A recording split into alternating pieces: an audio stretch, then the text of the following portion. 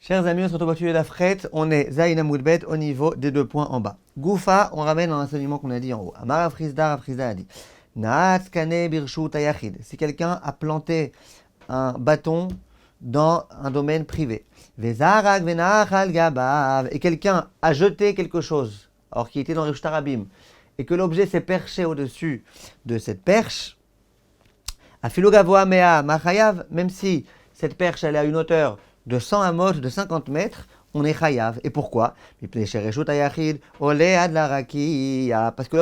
il va jusqu'au ciel.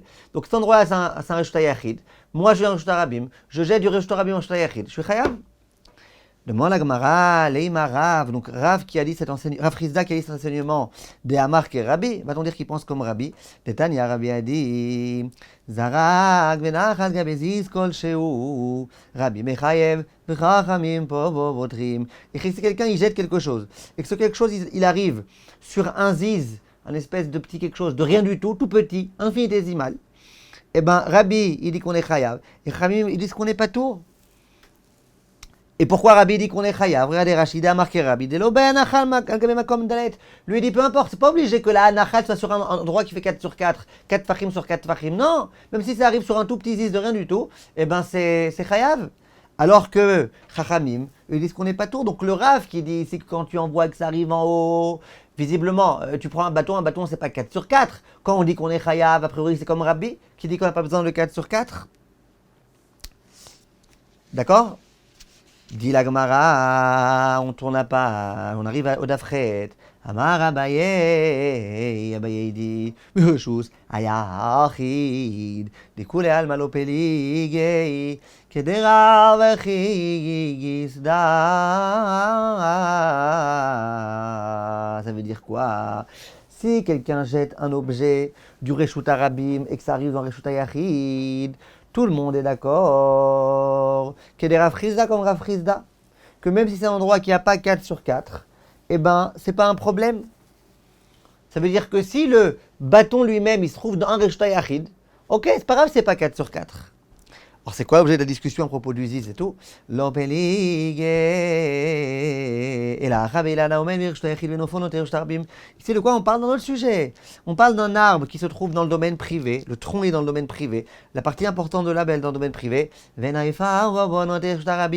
Et voilà que le nof, le branchage, il va dans une partie dans le domaine public.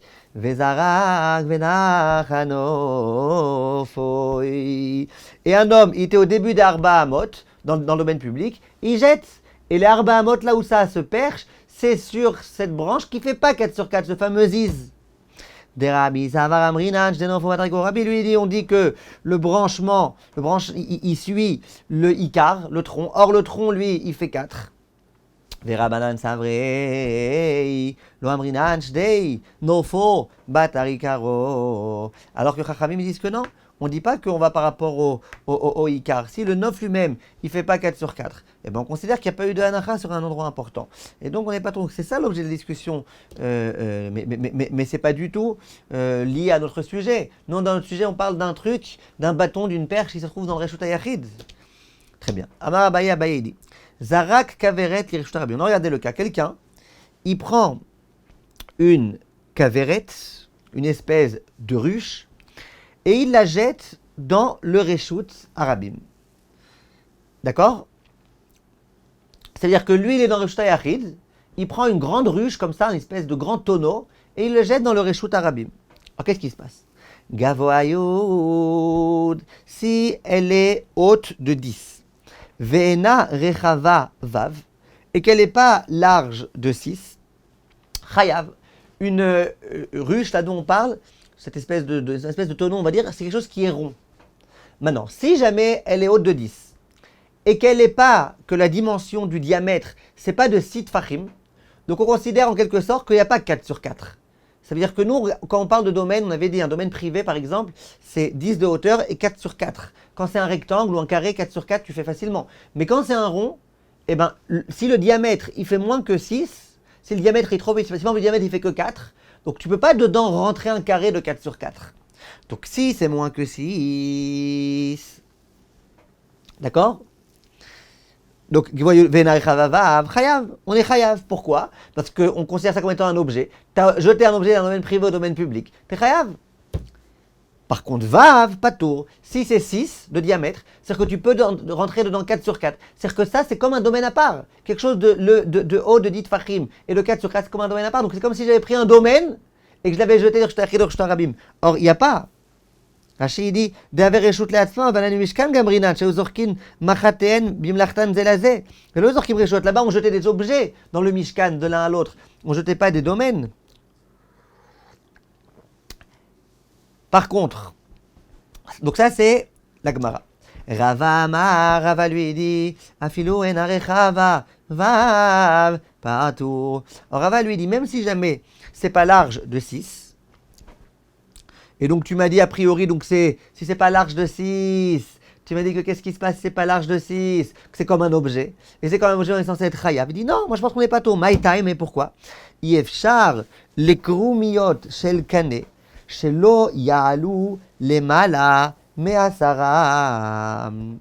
Il dit, regardez Rashi, Yefchar, oil vegvoa yud,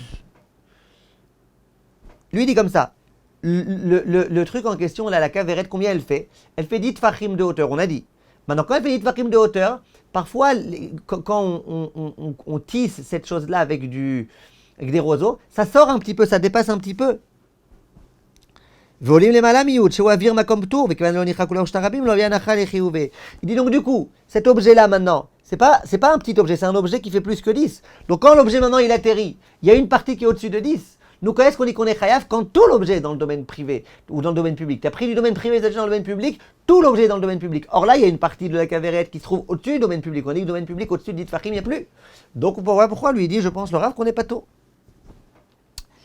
Maintenant, kfa'a alpia, si quelqu'un, il la tient à l'envers, ça veut dire qu'en quelque sorte, la partie qui va tomber par terre, c'est pas le socle. Vous voyez, c'est comme une espèce de tonneau. Donc il y a le bas, il y a un socle, et après il y a les parois. Donc si je le mets à l'envers, c'est-à-dire que c'est les parois qui vont tomber en premier. Ça va tomber sur le sens de l'ouverture. Shiva ou Masheu Chayav. Shiva ou Mertza, patour. Donc il dit, si jamais là il est large, 2, 7 et un petit quelque chose, on est Chayav. Pourquoi? On a un principe qui s'appelle l'Evoud. L'Evoud, c'est que quand j'ai des Mechitsot qui se trouvent à moins que 3 cm du sol, de 30 cm du sol, 3 tfachim du sol, on considère comme si c'était rempli. Donc quand je le jette, l'objet il fait que 7 tfachim, un tout petit quelque chose. Donc tant qu'il est dans l'air, c'est un objet. Et au moment où il va arriver à quoi? À moins que 3 tfachim, il s'avère que on considère l'objet comme faisant 10 tfachim, il arrive comme ça. Donc dès qu'il arrive à là, on va considérer ça comme étant rempli. Donc c'est 10 tfachim. Mais quand c'est 10 tfachim, le haut il est aussi en 10 tfachim. Donc là on considère comme si tout l'objet était dans les 10 tfachim du sol. Donc là on considère qu'on est chayav. Par contre, si jamais c'est Shiva ou Mertza, patour. Si par contre disons qu'il fait 7,5. Donc s'il fait 7,5, qu'est-ce qui se passe? Au moment où l'objet il va arriver à moins que 3 tfachim, on considère comme si c'était au sol. Or l'objet il fait plus que 7. Donc il s'avère qu'à ce moment-là, au moment où c'est en train de tomber, au moment où ça arrive à moins que 3 tfachim du sol, où on considère que c'est déjà rempli, mais le haut, lui il est où? Le haut de l'objet, il est au-dessus de 10 tfachim. Donc à nouveau, on reste avec la même dynamique, que ça s'appelle makom ptour, et qu'on ne peut pas être chayav dans un cas pareil. Très bien. Ravashi Amar, Afilou. Attendez, donc chayav, Shiva Omer Tza, pato. Bon, pourquoi on a pris dans le cas où il est comme ça à l'envers? Parce que le principe de l'évout, c'est sur les mechitsot. Si par exemple l'objet est tombé dans ce sens-là, du côté normal, pas à l'envers, là on ne dirait pas que tout le sol tu le fais baisser de 3 tfachim. Ça non, ça c'est que dans les mechitsot qu'on dit le principe de l'évout. Ravashi Amar Ravashi lui dit Afilou Shiva Omer Tza chayav. Lui dit moi je pense que même s'il y a 7,5, on est chayav.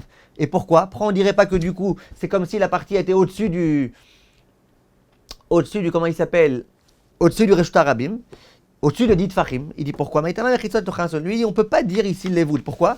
Parce que les Mechitsot, elles sont faites pour être remplies. Donc, puisque les Mechitsot sont faites pour être remplies, il n'y a pas le principe de l'évout que quand c'est à l'envers, dès que ça arrive vers le bas, tu remplis ça. Tu considères comme si c'était rempli. Très bien. Dit la Gemara, Amar Oula a dit Amoud Tisha Birshut Harabim. S'il y a un petit muret comme ça, qui mesure 9 tfachim de hauteur dans le domaine public. Verabim mekatfim alav. Et plein de gens, quand ils arrivent là-bas, eh ben, ils posent leur sac dessus, ils se reposent dessus. Vezarag venachal gabav chayav. Bon, quelqu'un était à 4 amotes, à 2 mètres de cet objet, il jette un objet de là-bas, à, non pas au sol, mais à au-dessus de ce muret. Alors, comment je considère ce muret? Est-ce que je dis ce muret, c'est comme un carmélite? Ou est-ce que je dis non, c'est Reshut Harabim? Eh bien, il dit Chayav. Lui dit, moi, je pense qu'on est Chayav. Ou là, il dit, je pense qu'on est Chayav. C'est comme si tu avais mis l'objet ou ça sur le domaine public. Maïtama, pourquoi? Par contre, Mishlosha, Midras, Darsel Rabim. Si c'était moins que 3, j'aurais pas dit ça. Parce que les gens, ils marchent et ça les dérange pas. Donc, c'est comme le domaine public, c'est sûr. Mishlosha, Vatisha, Lo Midras, Darsele, Velo Kitouf, Mekat fait 2, 3 à 9. C'est trop élevé pour qu'on puisse marcher dessus, donc les gens, ils marchent pas dessus. Et d'autre part, personne ne pose dessus, c'est trop bas pour poser des choses dessus. Donc là, ça s'appellerait pas un domaine public, ça s'appellerait un carmélite. Par contre, Tisha, Vadai, Mekat, Finila, 9, c'est justement bien pour que les gens du domaine public puissent poser des choses dessus. Et donc, du coup, ça s'appelle un domaine public. Amarlé, Abaye, les Rav Yosef, Abaye demande à Rav Yosef, Gouv, Ma, Maï. Que se passe-t-il dans le cas d'un trou? On sait qu'un trou qui mesure 4 fachim de large et qui est profond de 10 fachim s'appelle un domaine privé. Mais que va-t-on dire d'un trou qui fait 9 fachim de profondeur? Amarlé, Vechen Begouma. Alors lui dit, moi je pense qu'il en va de même. Ça veut dire quoi, Vechen Begouma? Que pareil, un trou qui fait 9 de profondeur, les gens ils peuvent s'en servir. Donc ça reste un domaine public. Et si tu jettes des Arba Amot dans ce trou-là, ça s'appelle que t'es Chayav. Rava Amar, Rava lui dit, Begouma lo. Moi je pense que dans un trou, non. Dans un trou on dira pas ça. Maïtaï, mais pourquoi? Tashmish a aidé à trak, lochme tashmish. C'est vrai que tu peux te servir quand c'est 9 de profondeur, mais c'est pas à l'aise. C'est pas comme quand t'as un truc de 9 tfachim dans le domaine public de hauteur où tu peux poser les choses dessus. Là, c'est compliqué d'arriver là-bas. Donc moi je pense pas. Je pense pas que ça s'appelle un domaine public. Et il dit, Ravada Barmatna les Rava. Alors Ravada Barmatna, il pose une question, il objecte à Rava. Il lui dit, Aïta Kupato Munachad Birshut Harabim. Il écrit que si quelqu'un il avait, donc un espèce de carton comme ça, d'accord, dans Reshut Harabim, Gvoa Asara Verechava Dalet. Et cette espèce de coupa, elle est haute de 10 tfachim et large de 4 tfachim. En metaltelin, lo mitocha, l'irshut harabim, velo mireshut harabim, letocha. On ne peut pas prendre quelque chose de dedans et le mettre dans le domaine public, ça s'appelle un reshut hayachid, puisque c'est 10 et 4. Ni du reshut harabim et mettre dedans. D'accord? Pourquoi il dit, regardez, il dit Rashi, deave reshut hayachid l'atzma, c'est un reshut hayachid. Par contre, pachot mikan, si c'est moins que ça, metaltelin. C'est quoi Pachot Mikan? Rashi dit Obegova, Oberochav, Metaltelim. Si c'est moins que 10 de hauteur ou moins que 4 de largeur, on a le droit. Vechen Begouma. Et il en va de même dans le Gouma, dans le trou. Maïlav, Aseifa. N'est-ce pas que ça se rapporte aussi à la Sefa? Regardez Rashi. Maïlav, Haïvechen, quand on dit il en va même dans le trou, Aseifa Namika, se rapporte aussi à la Sefa. Des Pachot Mikem et Tatil Khatrila. On dit que si ta coupe elle fait moins que 10, donc par exemple elle fait 9, tu as le droit de prendre de l'un à l'autre et de l'autre à l'un. Et donc pareil dans le cas du trou, Almar et Shtarabim Chashivle. Donc quoi? Donc tu vois que ça s'appelle un domaine public. Tu vois que ça s'appelle un domaine public, un trou. Même que c'est un trou de 9, dehors qui fait pas 10, il fait un peu moins, il fait 9. Tu as le droit? Alors toi Rava tu dis que non. Tu dis que ça s'appelle pas un domaine public. D'accord? Maintenant, Rashi pose une question juste dans le Dibour Amatril d'avant.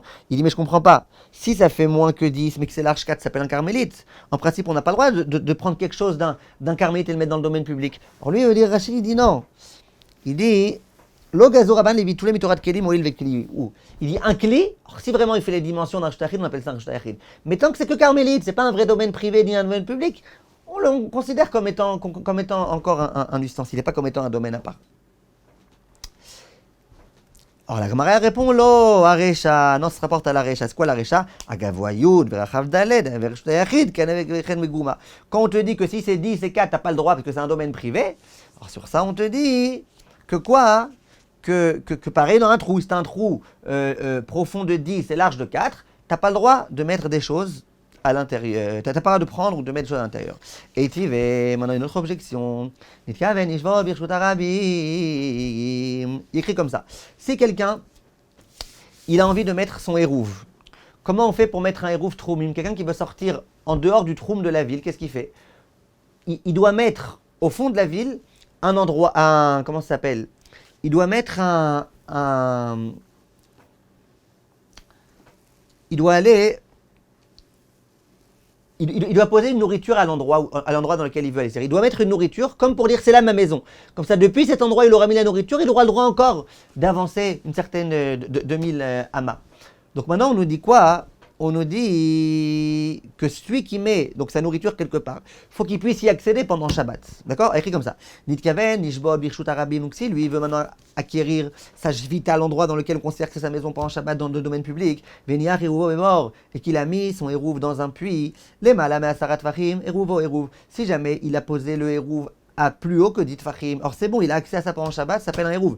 Les Matam, Asarat Fahim, un Eruv, Eruv. Si par contre c'est plus bas que dit Fahim, le Eruv n'est pas un Eruv. Et Ridami, de quoi on parle?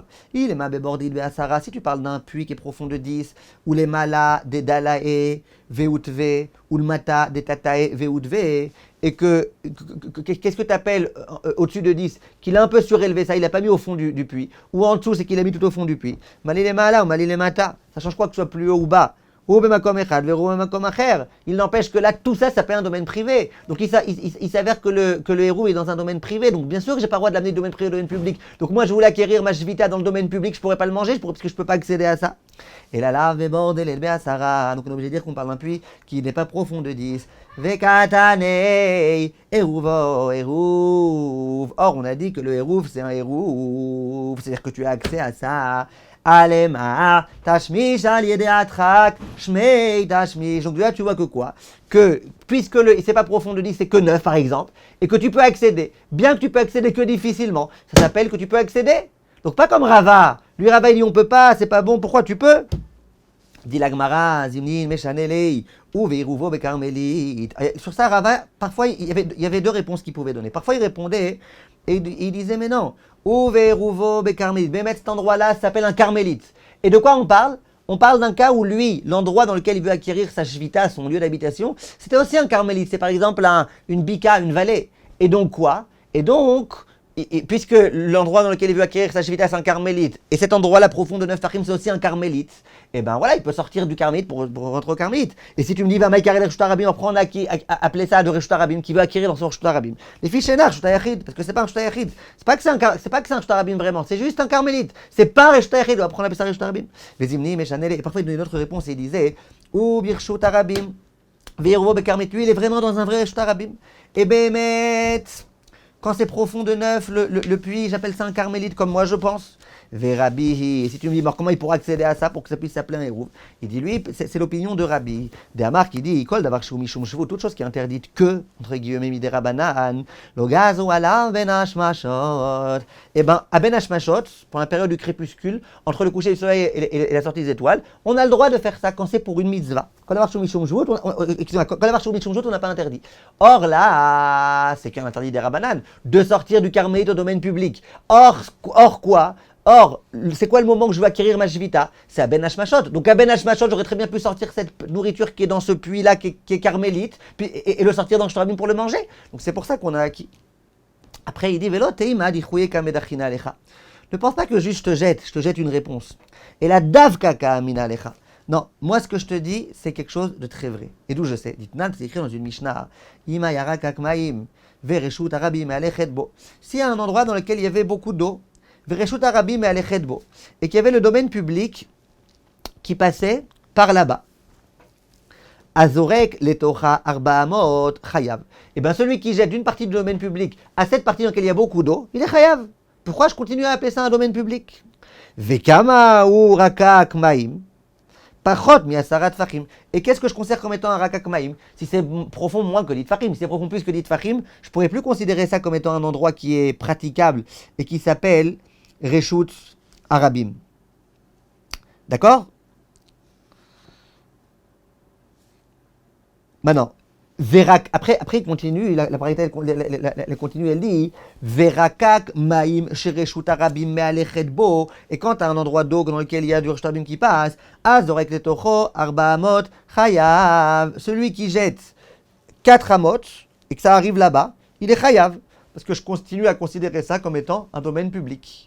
Donc je jette d'un domaine public, arbaamot, je suis chayav.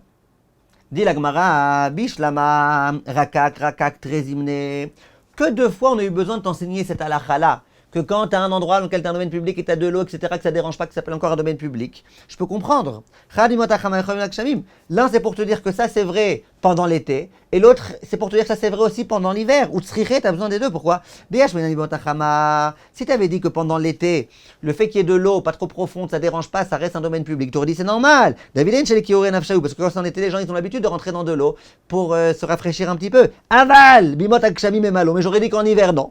Mais si j'avais dit qu'en hiver ça dérange pas qu'il y ait de l'eau, j'aurais dit que parfois les gens ils sont sales donc ils ont besoin de rentrer dans l'eau pour se nettoyer. Par contre en été où il n'y a pas plein de boue partout, les gens ils n'ont pas besoin de rentrer dans l'eau. C'est grave, pourquoi on a besoin de t'enseigner que dans tous les cas, que ce soit en été ou en hiver, quand tu as de l'eau, ça dérange pas.